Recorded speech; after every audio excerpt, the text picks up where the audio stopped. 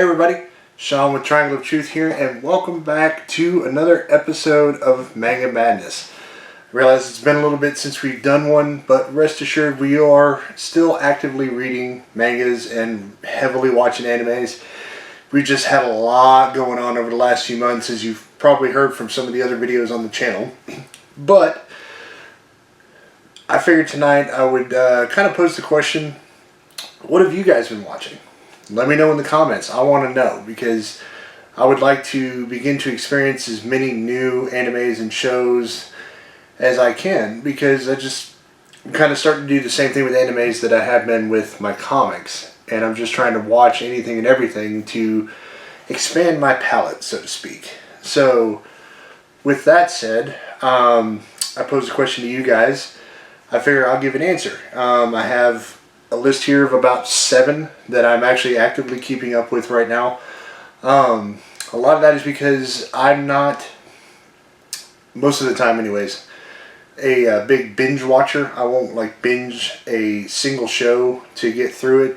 I like to watch a few episodes here and there and then switch to something else that just keeps me into it a little better. So that's just kind of how I work, and why I'm literally watching like 7 and have been watching like 7 of them, or actually more at one time. So I'll try to give you guys a little bit of a brief synopsis. Some of these we will definitely do some episodes down the road, just full on discussions and reviews of what we thought. You know, it might be the entire series, just might be that particular season. So with that said, let's dive into it. So number 1 on my list for me has been my favorite anime that I've watched this year outside of Ruby. Ruby's always going to be number 1, so we'll leave that there. But that's Fire Force. This was one that was introduced to me by Jenna. I kind of saw it, on Hulu, and I got it wrong as to what it was about. I wanted to watch it because, I volunteered as a firefighter for a couple of years in high school. My brother has been a firefighter for his entire life, so it's something that I'm very familiar with and I'm very close to. So Fire Force and the thumbnail that I saw, I thought it was some kind of like firefighting thing, and not really, but yes. But Fire Force is basically a group of special individuals that fire infernals, or that fight, not fire. They fight infernals, and apparently this is a thing in their society, in Tokyo at least. They haven't said whether it's worldwide or not, in which people just spontaneously combust into these infernals.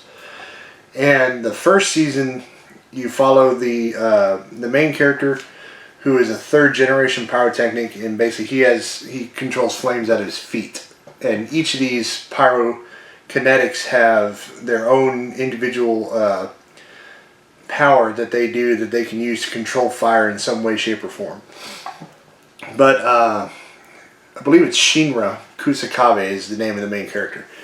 He's the one that comes in. He wants to be a Fire Force member because as a child, his mother, I guess, internally became one of the infernals. Their house burned down, and he lost both his mother and his brother. He thought they were both dead. So to honor them, he wanted to become a superhero, because that's what they always called, the mom always called him as a kid. And it follows his journey there into, him wanting to be a hero, and he actually turns some bad people into wanting to help him, and this and that. And then you learn that some of the Fire Force itself is actually very crooked. Like Dr. Giovanni is one of the coolest characters in just the whole show, but he's also one of just the nastiest evil dudes around. And they work for this other organization who actually, you find out, is behind most of what's going on, and also took Shinra's brother. So that's kind of a little bit of a brief synopsis. Maybe not the best one, but definitely check it out if you're into that kind of thing. There are some great fight scenes, just really good characters, and whether it's in Japanese or English, it's also, there's a lot of humor, and I love that. So definitely check out Fire Force. The next one, as I understand, is a little bit of an older anime. I found it on Hulu called God Eaters. And this one I really, really liked. The main character's name is Linka. And in their time in Japan where he's at, but the whole world, apparently something happened and there's these creatures called origami. If I remember the name correct. And they're these creatures that were just created somehow out of nowhere and basically have almost wiped out most of the human race. And Linka being one of them, he watched his family just dying, get eaten because of this. And he becomes what they call a God Eater. And they're these people that have these giant, really, really cool weapons. Some are swords, some are guns, and this and that. And they go to fight these things and defend the planet and the population from them. There's only the one season so far. I'm hoping there's more, but so far there's only just the one season. It really, really ends on a huge cliffhanger. So I'm pretty sure if there's probably a manga on it that I can learn about something, or at least what happens afterwards. Because the way they ended the season, it was a big twist that I did not see coming at all. And I will say that one of the big mains, you end up losing him, so to speak, which I hated because I really, really like that character and what he represents. So I won't say who it is, but definitely check that one out as well.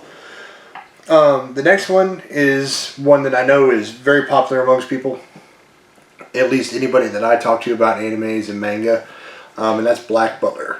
I'm watching the anime right now, so I made it through most of season 1 and I'm about to start season 2 of it, and I wanted to get into this one because I wanted to try a little more of a horror or a darker aspect, and this one has not failed me in the least. I love it. Sebastian is easily now one of my favorite characters in all of anime in general.